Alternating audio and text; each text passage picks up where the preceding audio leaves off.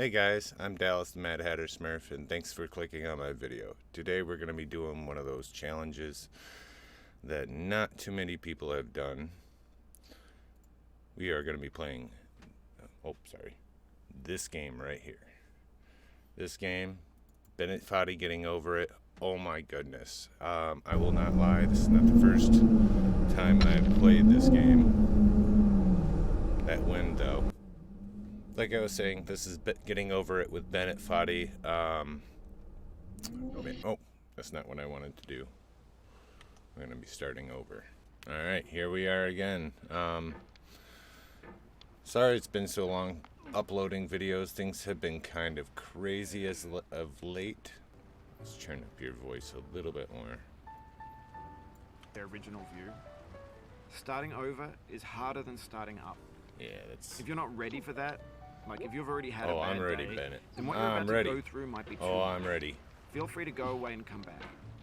No, we're doing this, Bennett. Today is the day. We're doing this. We are conquering this hill. Thanks for coming with me. So, have you guys been hanging? This game is a homage to a free game that came out in 2002 titled Sexy Hiking. The author of that game was Jazuo, a mysterious Czech designer who was known at the time as the father of B games. And B games are rough assemblages of found objects. Designers slap them together very quickly and freely, and they're often too rough and unfriendly to gain much of a following. They're built more for the joy of building them than as polished products. Why won't you look at the hammer anymore? Did I wiggle it too much? In a certain way, Sexy Hiking is the perfect embodiment of a B game. It's built almost entirely out of found and recycled parts, and it's one of the most unusual and unfriendly games of its time. In it, your task is simply to drag yourself up a mountain with a hammer. That act of climbing, in the digital world or in real life, has certain essential properties that give the game its flavor. No amount of forward progress is guaranteed. Some cliffs are too sheer or too slippery, and the player is constantly, unremittingly in danger of falling and losing everything. I get the feeling. Anyway, when you start Sexy Hiking, you're standing next to this dead tree that blocks the way to the entire rest of the game. It might take you an hour to get over that tree, and a lot of people never got past it. You prod and you poke at it, exploring the limits of your reach and your strength, trying to find a way up and over. And there's a sense of truth in that lack of compromise. No. Most obstacles in video game worlds are fake. You can be completely confident in your ability to get through them once you have the correct method, Yeah, or it's the the correct happy equipment, ending or just by spending enough idea. time. In that sense, every pixelated obstacle in Sexy Hiking is real. I still say it's pretty pixelated for real. And if you can call it a game, like he was saying at the beginning. Oh, come on, I was right there. There we go. We're up there. Let's bump my sensitivity back down just to get up here.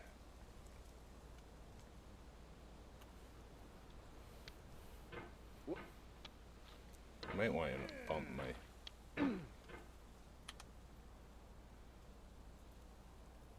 down just a bit.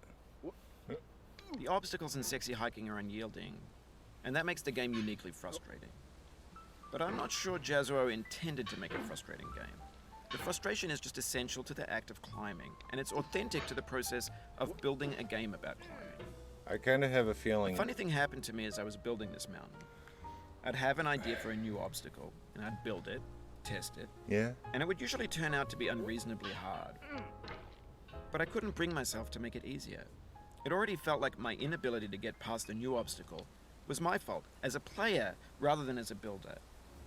Imaginary mountains build themselves from our efforts to climb them, and it's our repeated attempts to reach the summit that turns those mountains into something real.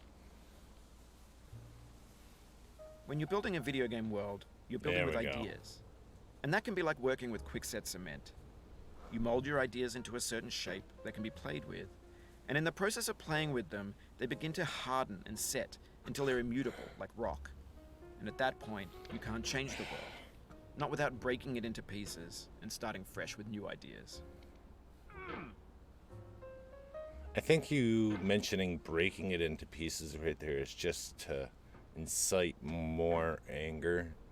Because at this point, most people are thinking about breaking shings, all the shings, with all the other things. Come on. Alright, there's a plan B here, too. I mean, if I can get up here, just kind of... There we go. That works too, right? That works too. And that's the other technique I've seen people do, is just swack their self back and forth up there. Oh, no. A swickety swack. Alright, we're back. Had to take a little break due to a power washer.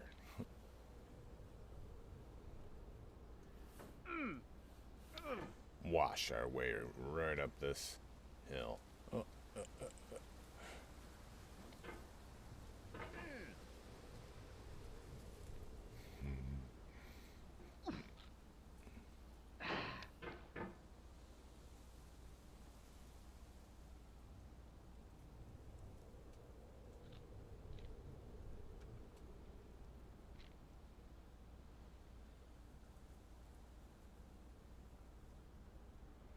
Might as well get in position, right?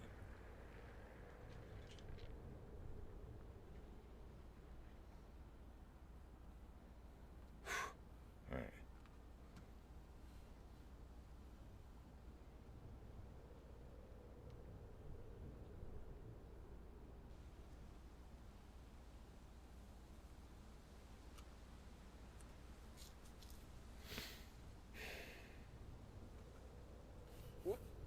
For years now, people have been predicting that games would soon be made out of prefabricated objects, bought in a store and assembled into a world.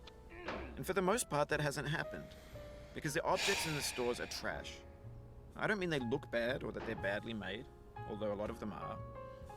I mean they're trash in the way that food becomes trash as soon as you put it in the sink. Things are made to be consumed and used in a certain context, and once the moment is gone, they transform into garbage. In the context of technology, those moments pass by in seconds.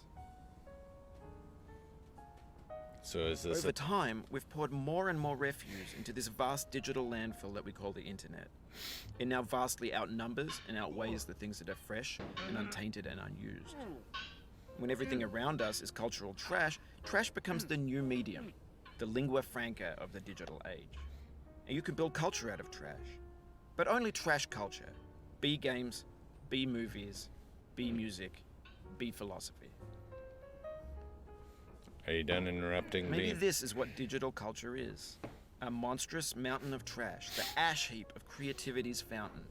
A landfill with everything we ever thought of in it. Grand, infinite, and unsorted. There's 3D models of breakfast, Gen X's fanfic novels, scan magazines, green screen Shia LaBeouf, banned snuff scenes on LiveLeak. Facebook's got lifelike bots with unbranded adverts and candid shots of Kanye and Taylor Swift mashups, car crash epic failed GIFs, Russian dashcam vids, discussions of McRibs, discarded, forgotten, unrecycled, muddled, rotten, untitled. Everything's fresh for about 6 seconds, until some newer thing beckons, and we hit refresh. And there's years of persevering, disappearing into the pile, out of style. Just flirting with disaster, I'm telling you. Okay, what are we on? Let's go a little slower and see how. Nope. Nope.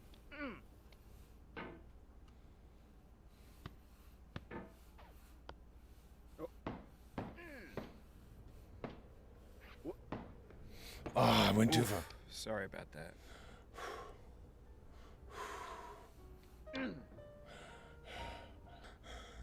I just want to get past this part. It gets a little bit easier. Okay. Stop. Stop right there. Just stop. Cooperate. You listen? You listening? All right. All right. All right.